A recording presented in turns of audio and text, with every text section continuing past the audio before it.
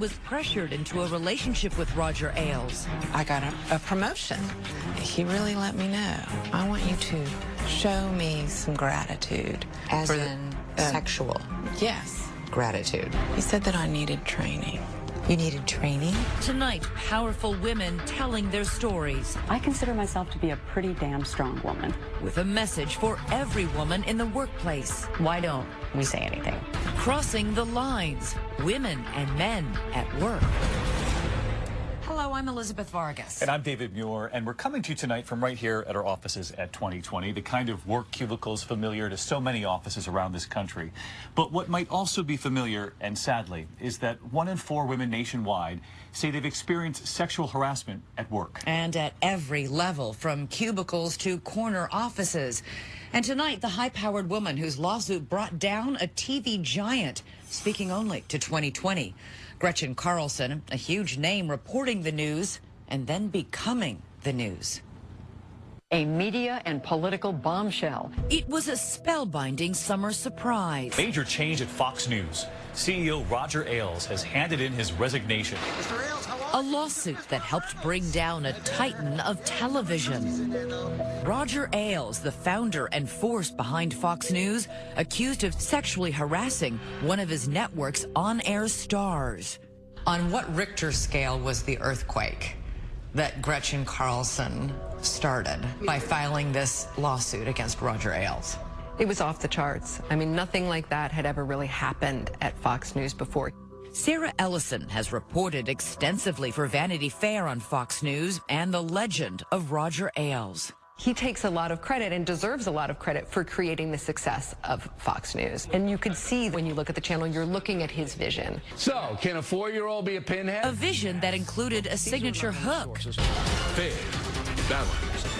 And some say a signature look, which you could spot the minute you turned it on. When I turn from NBC to CNN to Fox, you can tell a difference. The dresses are tighter, the skirts are shorter. The sort of famous leg cam, which is a camera that sort of shoots at a particular angle so that you can see that her legs are crossed and her thigh is sort of revealed. Belinda Lescombe wrote a cover story about Gretchen Carlson for Time magazine. Gretchen joked about this when she went on to a radio show and she got to wear jeans, and she said, it's so great to be on radio because I can wear pants for a change. In her skirts and dresses, Carlson was on the set of the popular morning show Fox and Friends, where she was co-anchor for 7 years. Start from scratch. Good morning, everyone. In her lawsuit against Ailes, Carlson alleged that behind the sunny morning show exterior was a hostile workplace, more reminiscent of a locker room than a newsroom. You read the headlines since men are so great. She names her co-anchor, Steve Ducey, Yes. in the lawsuit. I mean, she talks about how he demeaned her. He pulled her arm to get her to be quiet in various moments. She did go to Roger Ailes to complain about the behavior of her co-host on Fox and Friends. He was not sympathetic here. No, instead of having Roger Ailes say, oh, we'll be sure to do something about that, he lashes out at her, and he calls her a man-hater, and he says she should try to get along with the boys. Carlson claims that shortly after she complained, Ailes demoted her, moving her off the morning show to a less desirable time slot in the afternoon. Hi, everyone. I'm Gretchen Carlson, and this is The Real Story. But it gets worse. In Carlson's complaint, she says Ailes then began sexually harassing her, making comments in one-on-one meetings like, I think you and I should have had a sexual relationship a long time ago, adding that sometimes problems are easier to solve that way. When she rejected his advances, Carlson says Ailes retaliated, sabotaging her career. But Gretchen Carlson wasn't about to fade away without a fight. A lot of the people I interviewed about Gretchen thought, well, Gretchen is somebody who always does her homework. She's super prepared. So she would not have launched this without having the goods. She starts to tape her meetings with Roger. And it's at this point where he sort of begins to say things to her that she includes in the lawsuit later. The man who ruled Fox News like an empire, who even had a camera trained outside his office to see who was approaching, was walking into a trap. It is ironic that here's this person who's so famously paranoid about people trying to get him, who then is Brought down by having someone just record him very simply with her iPhone. Last June, with Carlson still quietly gathering evidence, Ailes abruptly fired her. 2 weeks later, she shot back with her explosive lawsuit. Fox News' dirty laundry was now its own top story. Fox News Chairman Roger Ailes is responding to a lawsuit filed by lawyers for Gretchen Carlson. What was the initial reaction toward Gretchen?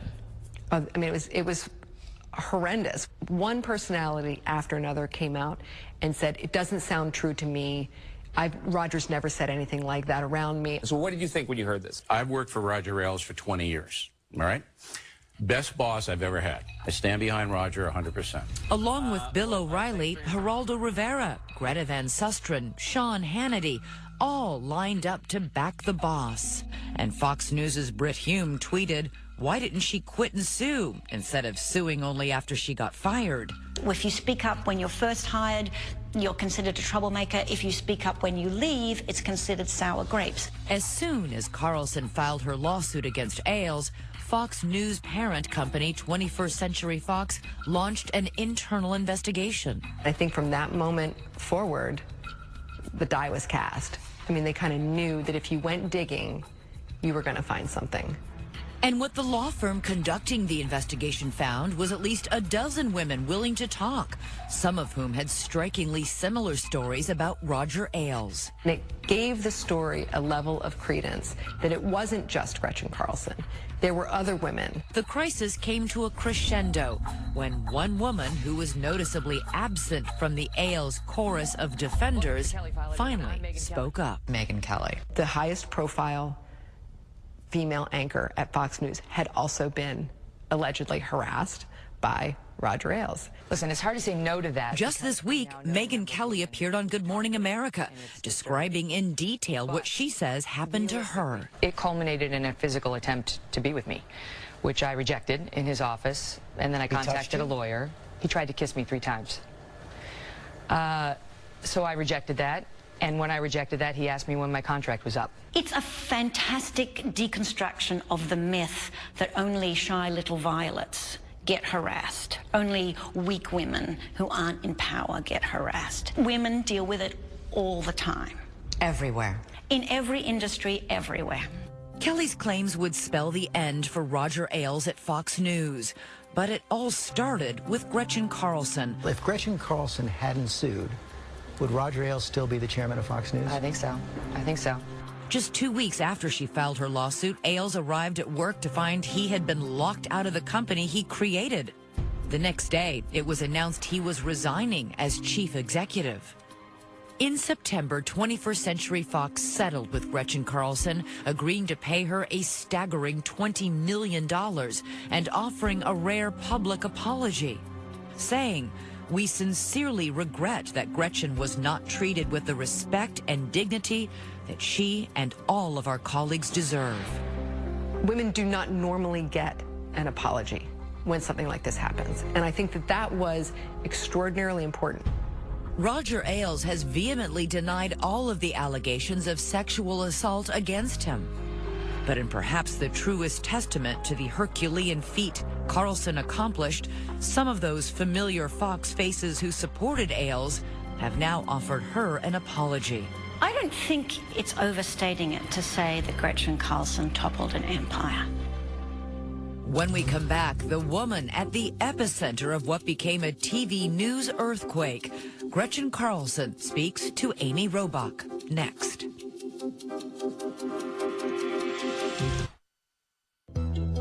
"2020 continues. Here's Amy Robach.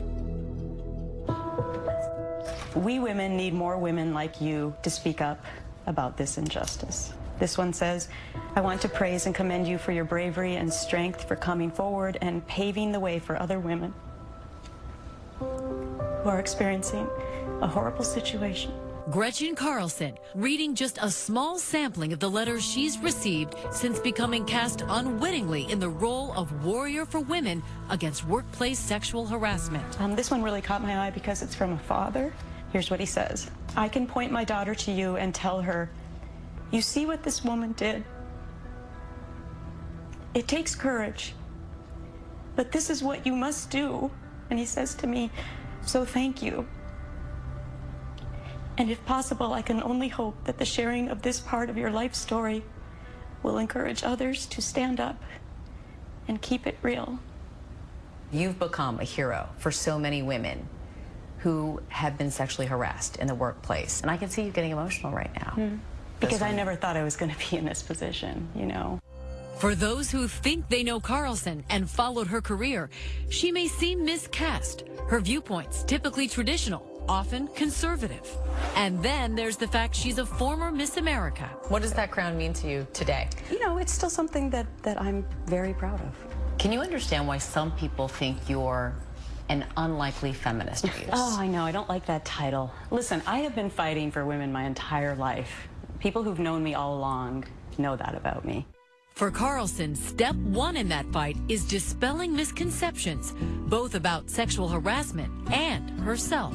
We met Carlson at her home in Greenwich, Connecticut, where she lives with her husband of 19 years, high-powered sports agent Casey Close, and their 2 children, Kaya 13 and Christian 11. Your life has completely changed. I guess I decided to jump off a cliff. How did you land? Every day has been a new experience. But to understand how Carlson found herself at that precipice, it helps to understand where she got that strong sense of self. Raised in Anoka, Minnesota, a suburb of the Twin Cities, best known for being the Halloween capital of the world, she was, by her own admission, a very precocious little girl. Tell me about your childhood. It was an idyllic upbringing. My grandfather was the minister at the Lutheran Church. My dad owned a car dealership in town. My mom was the consummate volunteer. I grew up thinking that I could be anything I wanted to be in this world because my mom told me that every single night. Faith and family, the Carlson cornerstones. And by kindergarten, one more. Violin. I love what you said about your violin. You said finding the right instrument is like falling in love. You fell in love with the violin? Yes, by happenstance. I wanted to play the piano. Teacher said my hands were too small. So really it was a fluke that I ended up with the violin. She was a natural. By age 13, playing solos with the Minnesota Orchestra. And she didn't just excel in music. Carlson was also a straight-A student, graduating top of her class. How important was that to you, to be the best? I think that's just the way that I had lived my life, was trying to excel at everything that I tried to achieve. Her parents were thinking Juilliard, but Carlson chose Stanford. It ended up working out okay because then my mom got this crazy idea. To go for Miss America. Right. And she kept saying to me, Gretchen, 50% of your points are based on talent. You have that. She took it on, she says, equating it with going for Olympic gold. First winning Miss Cottage Grove, then Miss Minnesota. Miss Minnesota is Gretchen Carlson. Then, in Atlantic City at 22, she wowed the crowd with her performance of Sarasat Zagunarweisen.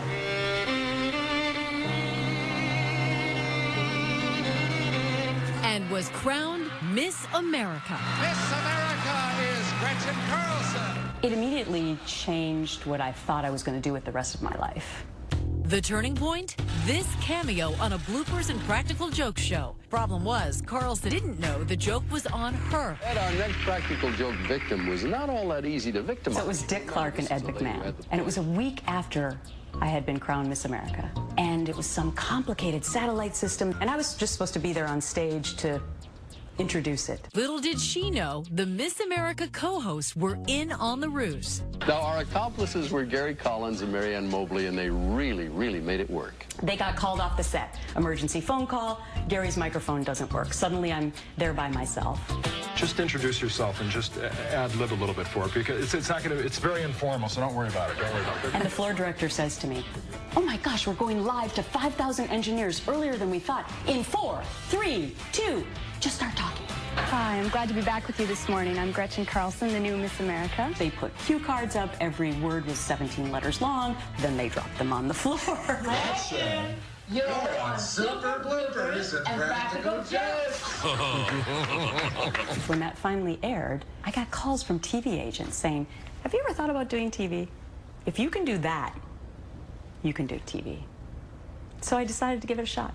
But seeking the glare of television lights, Carlson says she would find something sinister lurking in the shadows. During your reign as Miss America, when you were then seeking that TV job, you thought, okay, let me go meet with people and see how I get into this business, how I do it right. You actually had your first real encounter with sexual harassment. Tell me about that. I did, and it was a shocking experience because with this particular man, he spent most of the day helping me. He made a lot of phone calls for me, and I thought, wow, this guy's being so nice. And we went to dinner, and we were in the back seat of a car going to my college friend's apartment at the end of the evening.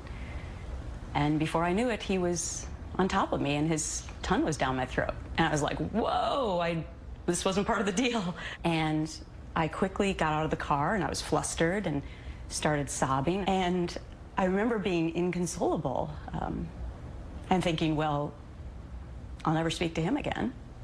And I didn't. Sadly, she says, it wouldn't be her only encounter. And unfortunately, a couple of weeks later, the same thing happened to me again in Los Angeles with a very high-powered PR executive who is still a very high-powered PR executive. And again, we were in a car, and he took my head and my neck, and he shoved my face into his crotch so forcefully that I couldn't breathe. Did you blame yourself? I think to a certain part, yeah. You think, I must have done something. What did I do to invite this? Right. What did I do? Up next, Gretchen Carlson's in front of the camera. But what happened behind the camera's eye? And this time I was in the workplace, so it was different. When 2020 continues. Gretchen Carlson first arrived in New York in the fall of 1988, taking a victory lap as the new reigning Miss America. But she soon learned not everyone respects the crown. It was really upsetting because it was actually a female reporter who really tried to take me down at my first press conference in New York City. What is real on you and what isn't real? Everything on me is real. Your hair's that natural color? Except for a few highlights. A few highlights? Yes. Where are they? Could you show us? I don't know. They pick them out just randomly when they do it. Carlson says the brash and unabashed local news fixture, Penny Crone, apparently thought she'd found a beauty queen she could bully. She basically said, I'm here to give you a test because people say you're smart. Do you know who's on the $20 bill? No. Do you know who's on the $5 bill? Lincoln, I believe. And she finally ended her barrage of questions by saying, have you had sex yet, or are you waiting to get married? No comment on that. But Crone wouldn't be the last to learn. This was no shrinking violet. It was pretty astonishing for a 22-year-old woman who had just accomplished something pretty spectacular to be faced with that kind of demeaning question. Carlson refused to be rattled, and she also refused to forget that encounter. About 10 years later, I ran into that same reporter, and I thought, should I? And I said, yes. I said, you don't remember who I am, but when I was Miss America, you tried to take me down. And I just want to let you know that I'm now a correspondent for CBS News, and you're not. And it felt fantastic. But learning to stand up for herself only came with time. Early in her TV career, Carlson says she was sexually harassed once again. I think I had only been working maybe 3 to 6 months. It was a photographer? It was a photographer, and he put the microphone under my blouse. I still remember it was a blue blouse. She considered it fairly routine until back in the news van. She says the cameraman began making sexually suggestive comments about her breasts. He started asking me questions about how I felt when he had to touch my private parts. And I thought, whoa, this is not a safe conversation. This was before cell phones, and we were in a rural area. And I had the ability to go to a payphone to get help, but I didn't. Why? Well, I'd only been in this job for a couple of months, and I didn't want to cause any waves. She planned to stay silent, but then, she says, her news director noticed she was visibly shaken. He was asking me many times what was wrong, and I kept saying nothing. He said, no, I really want to know what's wrong. And so I told him.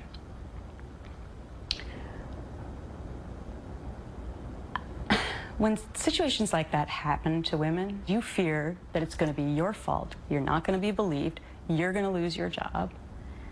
You're going to be that woman. You're going to be that woman. You're a troublemaker, not a whistleblower. Exactly. A troublemaker. Always the journalist, Carlson must have noticed a tinge of familiarity mixed in with my empathy. I'm just going to go out on a limb and ask if sexual harassment's ever happened to you. It has, and it's something that I think has happened to so many women, and most of us say nothing. I know that when I have young women who are getting into the business, I always want to warn them. If someone who is higher up than you suddenly asks you to dinner, it's not always to tell you what a great employee that you are, but sometimes you just have to be aware that there are ulterior motives. And whether or not you say anything. Most of us don't. Mm-hmm. Why don't we say anything? I think that's part of the battle for some women. They think if I just work a little bit harder, all this will go away. But I don't think we should judge women if they have waited. Because look at how we react to women when they finally do come forward. They're accused of making it up. Do you remember the moment when you said to yourself, I'm ready and I'm prepared to take on the most powerful man in television? I wish I could answer that, but I can't. Because of her landmark settlement agreement with Fox News, Carlson was unable to answer any of those questions about the allegations she made after her departure.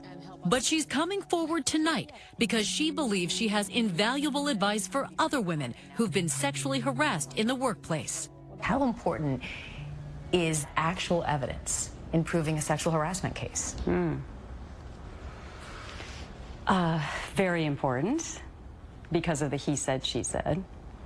But people would be very interested to know that if they're considering trying to arm themselves with any kind of evidence, you should check what your laws are in your particular state. Would you encourage women to audio tape, to record, to somehow document? I would encourage women to document, yes. Do you think that there is something particular about a woman that could make her more vulnerable to these types of workplace predators?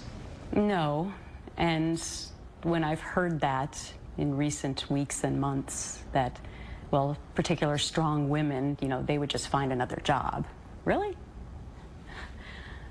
Because I consider myself to be a pretty damn strong woman. And finding another job is not a realistic way to solve this problem. Women should not have to face this in the workplace, period. You and I are fortunate. We have means. So a lot of people who are dealing with sexual harassment say, what am I supposed to do? I can't afford to lose this job. What do you say to those women? I say that we as a country have to come up with a solution for every single one of them.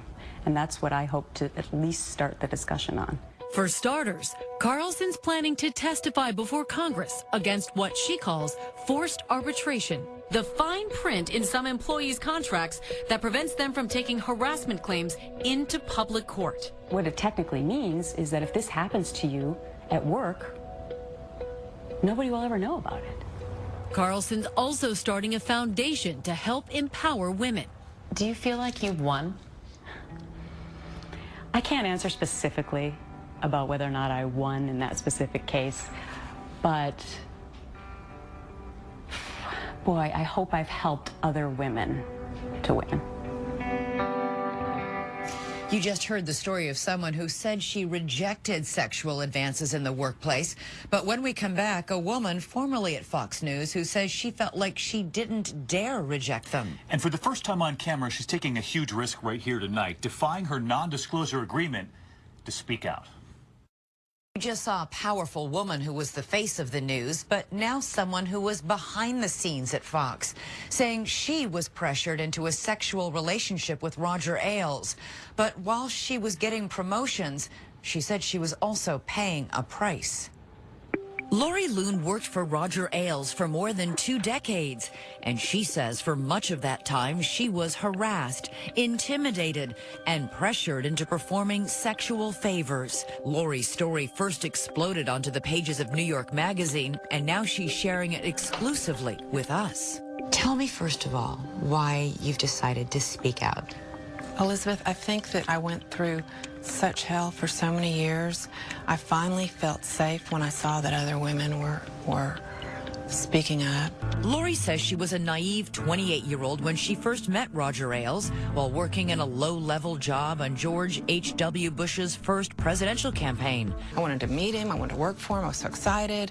I introduced myself to him on the elevator, and then I think later on he ran into me in the hall and was super friendly and had acted like he'd remembered me, and I was flattered. After the campaign ended, Lori says she was financially strapped and desperate for a job when Ailes invited her for an interview with his firm. At the meeting, she says he asked her questions that felt more personal than professional. I think that he wanted to gauge, what kind of a person I was, if I was insecure, if I was looking for a daddy figure. He was sussing out your vulnerabilities? Absolutely. And I was real insecure, and I was in need of a job, which is why I was there. Lori says Ailes offered her work doing research, but it soon became clear that he was interested in more than just her work. One night, Ailes was in Washington, D.C., working with President Bush on a primetime speech he was delivering that night. Lori says Ailes asked her to watch it on television and then come to his hotel room to share her feedback. And what did he tell you at that point? He said that I needed training. You needed training? I needed training. And what did you think that meant? I didn't know. I was about to find out. Lori says Ailes told her to strip down to her lingerie and dance for him. Feeling intimidated and worried for her job, she says she did as she was told. Then what did he do? He would have me get down on my knees and tell me, you know what you are, Laura. You're my whore. You're my sex slave. You're going to do whatever I tell you to do at any time. Do you understand that? Lori says Ailes then instructed her to perform oral sex. I didn't question it, and that was his big thing. Just don't ever question anything I ever asked you to do, Laurie. Did you try to refuse? It was too late. The minute it happened, I knew that I'd been blackmailed because he did take photographs of me. And he would say, this is just my little insurance policy, and I'm just going to put it in a safe deposit box just to make sure you stay loyal to me. According to Lori, that bizarre night was no aberrant incident. It would become a pattern that continued off and on for more than 20 years. He'd say, I think you need some training. I think you're slipping up. Or you haven't had your training lately. When Ailes launched Fox News in 1996, Lori went along. First as a production assistant for Fox News Sunday. Although she was now rubbing shoulders with some of the most powerful people in Washington, she says her secret relationship with Ailes had begun to feel like psychological torture. I never told a living soul. About what was going on? Absolutely not. He reinforced with me how great he was. And he'd say, I'm your only friend. I'm the only person in the world that you can trust. You can't trust anyone else. So you say that enough times to someone, and it's reality. Lori says her silence and loyalty were rewarded with higher paid positions, eventually being named the director of booking at Fox News with a 6-figure annual salary. But it all came at a price. I got a promotion, a big promotion. Afterwards, I went in to see Roger. He said, so, see? I told you I'd take care of you someday. He really let me know. I want you to show me some gratitude. As in sexual? Yes. Gratitude? Yes. It's unbelievable that it would be that overt. That, okay, you finally got this big promotion. I told you I'd take care of you. Now go strip down. And I was so excited. And then the next words were, go over to the DoubleTree and thank me. I kept on thinking it would end. Maybe he'd stop. And I actually didn't think that it would go on at Fox, but it did continue. People hearing this will say, why on earth would you go along with this? It's not like I was able to go and cry on the shoulder of some friend. I was completely isolated. I was isolated in the workplace. What did you think would happen to you if you complained or tried to refuse? Have you ever seen Roger Ailes when he's unhappy? No, I haven't. Yeah, it's not a good sight to see.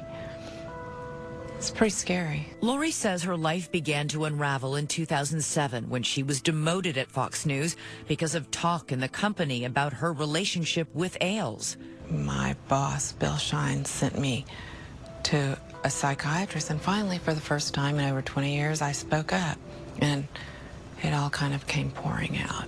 Lori says the gravity of that admission triggered a nervous breakdown, landing in the hospital. Ultimately, she says she knew it was time to stand up for herself. I wrote a letter to the legal counsel at Fox News. What did you say in that letter?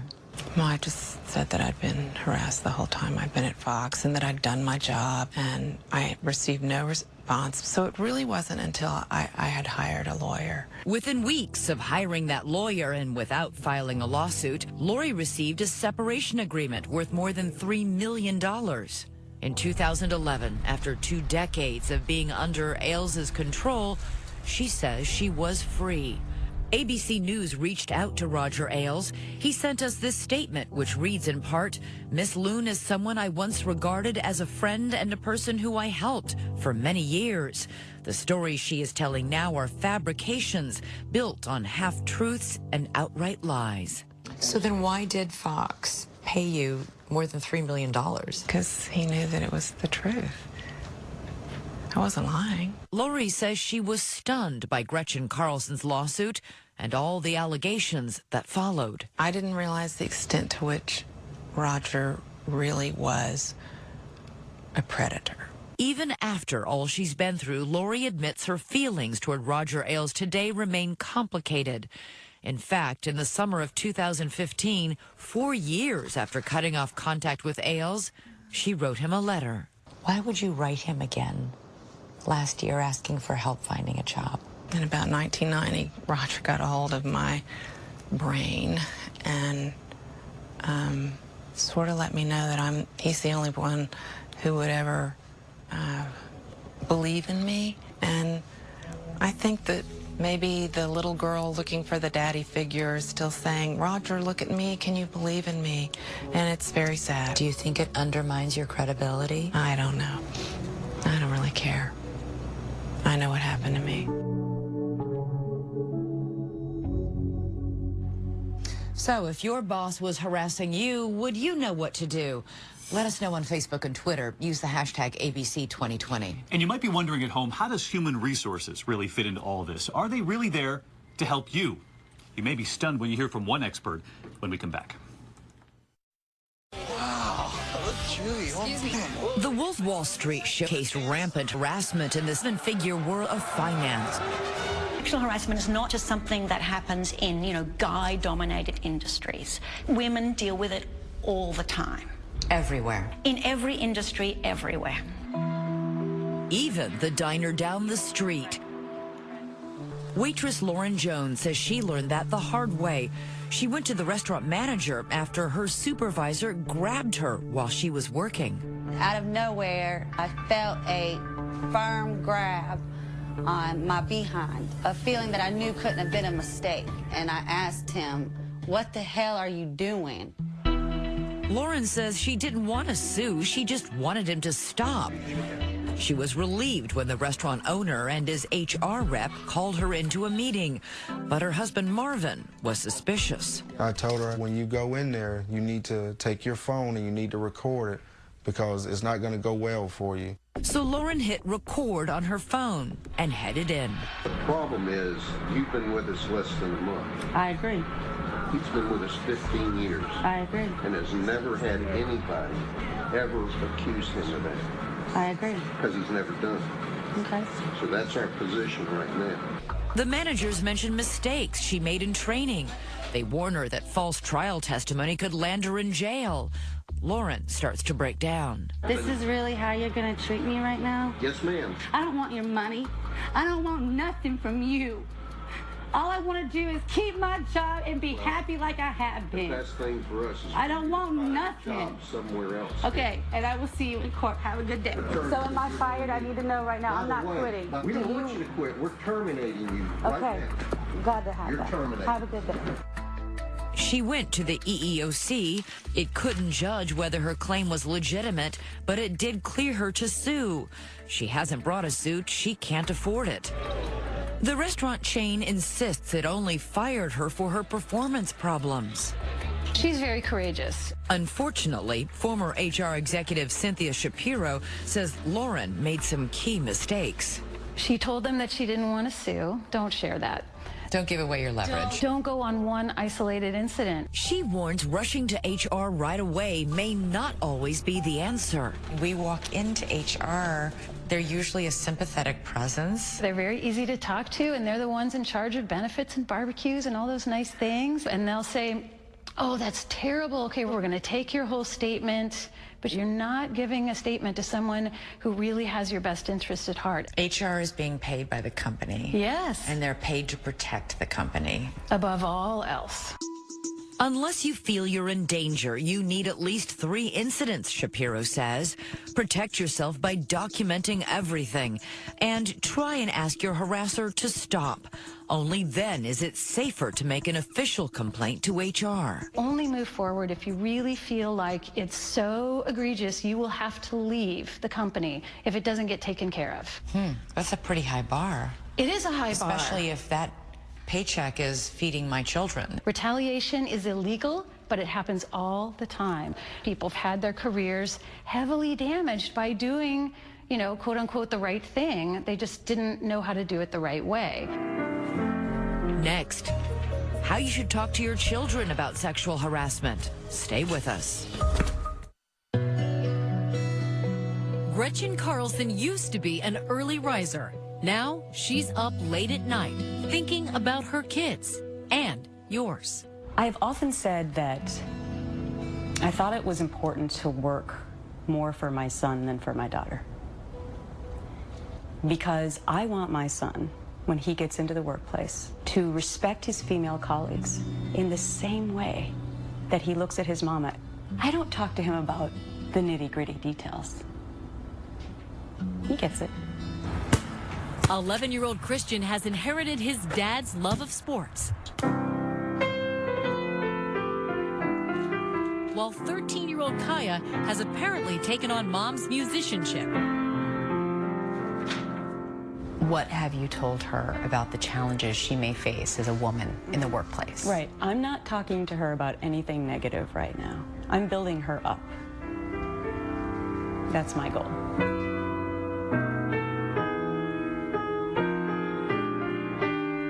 What do you want to be when you grow up? I've thought of so many different things. I've thought of going to med school because I like being a doctor.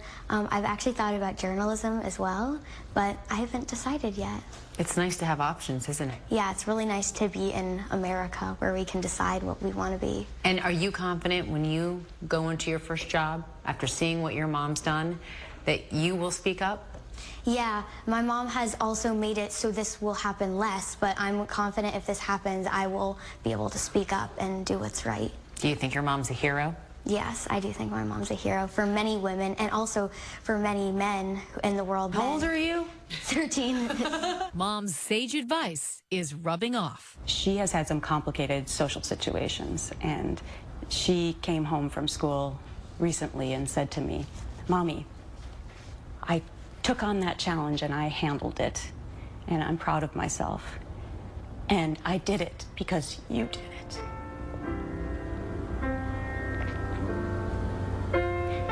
That's all that matters. And if the only thing I accomplished was that my children would be proud of me, that would have been enough. Gretchen's daughter there, learning from her mother. For valuable information from an HR expert on what she says you should know before making a sexual harassment complaint, go to our website at abcnews.com. I'm Elizabeth Vargas. And I'm David Muir. Thanks so much for watching, and from all of us here at 2020 and ABC News, good night and have a great weekend.